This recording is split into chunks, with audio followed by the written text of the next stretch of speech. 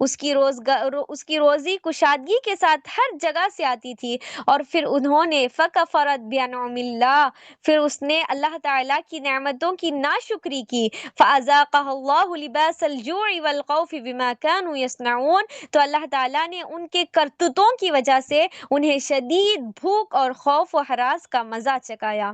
عزیز سامعین، ذرا سوچئے، جب بندہ اللہ تعالیٰ کی نعمتوں کی قدر نہیں کرتا تو وہی نعمتیں آزمائش بن جاتی ہے۔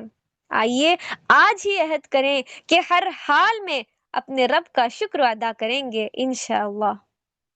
اسی طرح ناشکری کا ایک نقصان یہ بھی ہے کہ ناشکری عذاب الہی کو دعوت دیتی ہے، جیسے کہ اللہ تعالیٰ کا ارشاد ہے وَلَئِن كَفَرْتُمْ إِنَّ عَذَابِي لَشَدِيدٌ، اور اگر تم ناشکری کرو گے تو یاد رکھو بے شک میرا عذاب سخت ہوتا ہے۔ قارون موسیٰ کی قوم کا ایک مالدار شخص تھا، اللہ تعالیٰ نے اسے دولت کے بے شمار خزانے عطا کیے تھے۔ قوم کے لوگوں نے اس سے کہا وَأَحْسِن كَمَا أَحْسَنَ اللَّهُ إِلَيْكَ، جس طرح اللہ تعالیٰ نے تم پر احسان کیا ہے تم بھی احسان کرو۔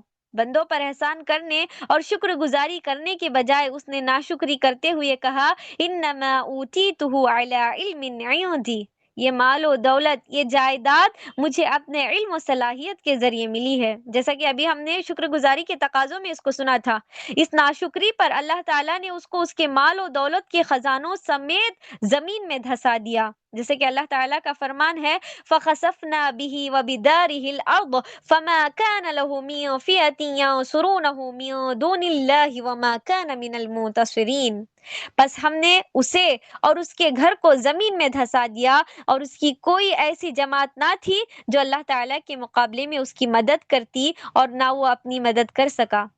لہٰذا عزیز سامعات، دولت ہو، علم ہو، منصب اگر شکر کے بغیر ہو، اگر اس میں اللہ تعالیٰ کا شکر نہ ہو تو انسان کو ہلاکت تک پہنچاتے ہیں۔ یاد رکھیے، نعمت پر تکبر نہیں بلکہ عاجزی اور شکر ہی مومن کی پہچان ہے۔ اسی طرح اگر ہم اللہ تعالیٰ کی ناشکری کرتے ہیں تو اس کا ایک اور نقصان یہ ہے کہ نعمتوں کی ناقدری پر اللہ تعالیٰ انسان کو اس کی پہلی حالت پر لوٹا دیتا ہے۔ بنی اسرائیل میں 3 افراد تھے، ایک جزامی، دوسرا گنجا اور تیسرا اندھا۔ اللہ تعالیٰ نے تینوں کو آزمانا چاہا، ایک فرشتے کو انسان کی شکل میں ان کے پاس بھیجا۔ وہ جزامی کے پاس آیا اور اس سے پوچھا کہ تم کیا چاہتے ہو؟ فرشتے نے پوچھا کہ تم کیا چاہتے ہو؟ جزامی نے جواب دیا میں چاہتا ہوں کہ میری بیماری دور ہو اور میری جلد خوبصورت ہو، کیونکہ لوگ اس حالت کو دیکھ کر مجھ سے نفرت کرتے ہیں۔ فرشتے نے اس کے جسم پر ہاتھ پھیرا، اس کی بیماری دور ہو گئی اور اس کی جلد بھی صاف اور خوبصورت ہو گئی۔ پھر فرشتے نے اس سے پوچھا کہ تمہیں کون سا مال پسند ہے؟ اس نے کہا اونٹ۔ چنانچہ اسے ایک اونٹنی عطا کی اور پھر برکت کی دعا دی اور فرشتہ چلا گیا۔ پھر فرشتہ گنجے کے پاس آیا، دوسرے آدمی کے پاس آیا اور اس سے پوچھا کہ تم کیا چاہتے ہو؟ دوسرے آدمی نے جواب دیا کہ میں چاہتا ہوں کہ میرا گنجا پن دور ہو جائے اور اللہ تعالیٰ مجھے خوبصورت بال عطا کرے۔ فرشتے نے اس کے سر پر ہاتھ پھیرا تو اس کا گنجا پن دور ہو گیا اور خوبصورت بال نکل آئے۔ پھر اس سے پوچھا کہ دنیا کا کون سا مال زیادہ پسند ہے؟ اس نے کہا مجھے گائے پسند ہے۔ اسے ایک گائے دی اور دعا دی کہ اللہ تعالیٰ اس میں برکت دے۔ پھر فرشتہ نابینا کے پاس آیا، تیسرے آدمی کے پاس، اور اس سے دریافت کیا کہ تم کیا چاہتے ہو؟ اس تیسرے آدمی نے کہا کہ میں چاہتا ہوں کہ میری بینائی لوٹ آئے۔ فرشتے نے اس کی آنکھوں پر ہاتھ پھیرا تو اس کی بینائی لوٹ آئی۔ فرشتے نے اس سے پوچھا کہ تمہیں دنیا کی کون سی چیز پسند ہے؟ اس نے کہا مجھے بکری پسند ہے۔ اسے ایک بکری دی عطا کی اور اس میں برکت کی دعا دی۔ اللہ تعالیٰ نے ان کے مال میں برکت دی، کچھ ہی مدت میں وہ اونٹ، گائے اور بکری کے ریوڑ کے مالک بن گئے۔ پھر اللہ تعالیٰ نے دوبارہ فرشتے کو اسی شکل میں بھیجا۔ وہ پہلے جزامی کے پاس گیا اور کہا کہ میں ایک محتاج آدمی ہوں، مجھے طویل سفر درپیش ہے، سامان سفر بھی نہیں ہے، میں اللہ تعالیٰ کی مدد کے بعد تمہاری عنایت کے بغیر اپنے گھر نہیں پہنچ سکتا۔ میں تم سے اللہ تعالیٰ کا نام لے کر سوال کرتا ہوں جس نے تمہیں یہ خوبصورت جسم عطا کیا، جلد حسین بنائی اور اتنے سارے اونٹ عطا کیے کہ ان میں سے ایک اونٹ مجھے دے دو جس پر میں سوار ہو کر اپنے گھر جا سکوں۔ اس شخص نے کہا کہ میں نے یہ مال اپنی محنت سے کمایا اور اس میں بہت سے حقوق ہیں، میں تمہیں اس میں سے کچھ نہیں دے سکتا۔ فرشتے نے کہا اگر تم اپنی بات میں جھوٹے ہو تو اللہ تعالیٰ تمہیں اپنی پہلی حالت پر لوٹا دے۔ پھر دوسرے آدمی کے پاس فرشتے گنجے آدمی کے پاس گیا اور اس نے بھی اس سے وہی بات کہی۔ پھر اس کے بعد اس نے وہی جواب دیا تو فرشتے نے اس سے بھی وہی کہا کہ اگر تم اپنی بات میں جھوٹے ہو تو اللہ تعالیٰ تمہیں اپنی حالت پر لوٹا دے۔ پھر فرشتہ نابینا کے پاس گیا اور اس سے بھی وہی بات کہی۔ تیسرے آدمی کے پاس گیا اور اس سے بھی وہی بات کہی جو پہلے دو ساتھیوں سے کہا تھا۔ نابینا نے کہا ہاں میں اندھا تھا، اللہ تعالیٰ نے مجھے آنکھیں دی، مال و دولت عطا کیا، تم اسی کا واسطہ دے کر مجھ سے سوال کر رہے ہو، اس مال میں سے جو چاہے لے جاؤ۔ فرشتے نے کہا میں محتاج نہیں ہوں۔ اللہ تعالیٰ نے تم تینوں کو آزمایا، وہ دونوں ناکام ہو گئے اور تم کامیاب ہوئے، اللہ تعالیٰ ان دونوں سے ناراض ہوا اور تم سے خوش ہوا۔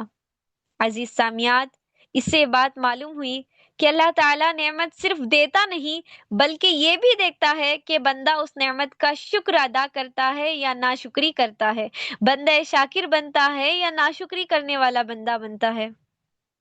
اسی طرح اگر ہم نعمتوں کی ناشکری کرتے ہیں تو اس کا ایک نقصان، بہت بڑا نقصان یہ بھی ہوتا ہے کہ جو نعمتیں ہیں وہ چھن جاتی ہیں۔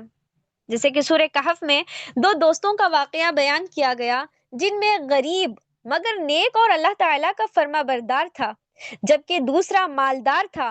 دولت کے نشے میں چور ہو کر وہ اپنے غریب ساتھی سے کہنے لگا کہ میں تم سے زیادہ مالدار ہوں اور میرے حمایتی بھی تم سے زیادہ ہیں۔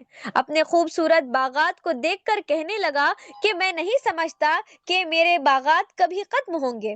بالآخر اپنی دولت اور خوشحالی کے نشے میں وہ آخرت کا بھی انکار کر بیٹھا۔ اس کے نیک دوست نے اسے سمجھاتے ہوئے کہا کہ تمہیں اپنے خالق کا انکار اور اس کی نعمتوں کی ناشکری نہیں کرنی چاہیے، بلکہ اس کی نعمتوں پر شکر بجا لاتے ہوئے یہ کہنا چاہیے ما شاء اللہ لا قوت الا باللہ، اللہ کی مشیت کے بغیر کسی کو کوئی قوت حاصل نہیں ہو سکتی۔ مگر اس نصیحت کا اس پر کچھ اثر نہیں ہوا۔ آخرکار اللہ تعالیٰ نے اس کے باغ کو تباہ و برباد کر دیا۔ فرمایا گیا وَأُحِيطَ بِثَمَرِهِ فَأَصْبَحَ يُقَلِّبُ كَفَّيْهِ عَلَى مَا أَنفَقَ فِيهَا وَهِيَ خَاوِيَةٌ عَلَى عُرُوشِهَا وَيَقُولُ يَا لَيْتَنِي لَمْ أُشْرِكْ بِرَبِّي أَحَدًا۔ اور اس کے تمام باغات، تمام پھلوں کو آفت نے گھیر لیا، بس ان پھلوں پر جتنا مال خرچ کیا تھا اس پر کف افسوس ملنے لگا۔ وہ باغ اپنے چھپروں سمیت گرا پڑا تھا اور وہ آدمی کہنے لگا اے کاش میں نے اپنے رب کے ساتھ کسی کو شریک نہ بنایا ہوتا۔ سامعات، یہ واقعہ ہمیں یہ سبق دیتا ہے کہ مال و دولت، باغات اللہ تعالیٰ کی عطا ہے، اللہ تعالیٰ کی نعمتوں میں سے ہے۔ یہ ساری چیزیں اللہ تعالیٰ کی دین ہیں، ان پر فخر، تکبر، غرور، گھمنڈ نہیں بلکہ شکر ادا کرنا چاہیے۔ جو شخص نعمتوں کو اپنی طاقت کا نتیجہ سمجھتا ہے وہ اللہ تعالیٰ کی پکڑ سے محفوظ نہیں رہتا۔ عزیز سامعین، جہاں شکر گزاری کے کئی نقصانات ہیں وہاں اسی کے برعکس شکر گزاری کے بہت سارے فوائد بھی ہیں۔ جس طرح ناشکری پر اللہ تعالیٰ نعمتیں چھین لیتا ہے، اسی طرح شکر گزاری پر اللہ تعالیٰ مزید نعمتوں سے نوازتا ہے۔ سورہ ابراہیم میں اللہ تعالیٰ کا ارشاد ہے لَإِن شَكَرْتُمْ لَأَزِيدَنَّكُمْ، اگر تم شکر ادا کرو گے تو میں تمہیں مزید دوں گا۔ اسی طرح شکر گزاروں سے اللہ تعالیٰ خوش اور راضی ہوتا ہے۔ سورہ زمر میں اللہ تعالیٰ نے فرمایا وَإِن تَشْكُرُوا يَرْضَهُ لَكُمْ، اور اگر تم شکر گزار بنو گے تو وہ تمہاری طرف سے اسے پسند کرے گا۔ اگر ہم چاہتے ہیں کہ اللہ تعالیٰ ہم سے راضی ہو تو ہم پر ضروری ہے، ہم پر لازم ہے، واجب ہے کہ ہم اللہ تعالیٰ کی شکر گزاری کریں تاکہ ہم اس آیت کے مصداق ہو جائیں وَإِن تَشْكُرُوا يَرْضَهُ لَكُمْ، اور اگر تم شکر گزار بنو گے تو تمہاری طرف سے اسے پسند کرے گا۔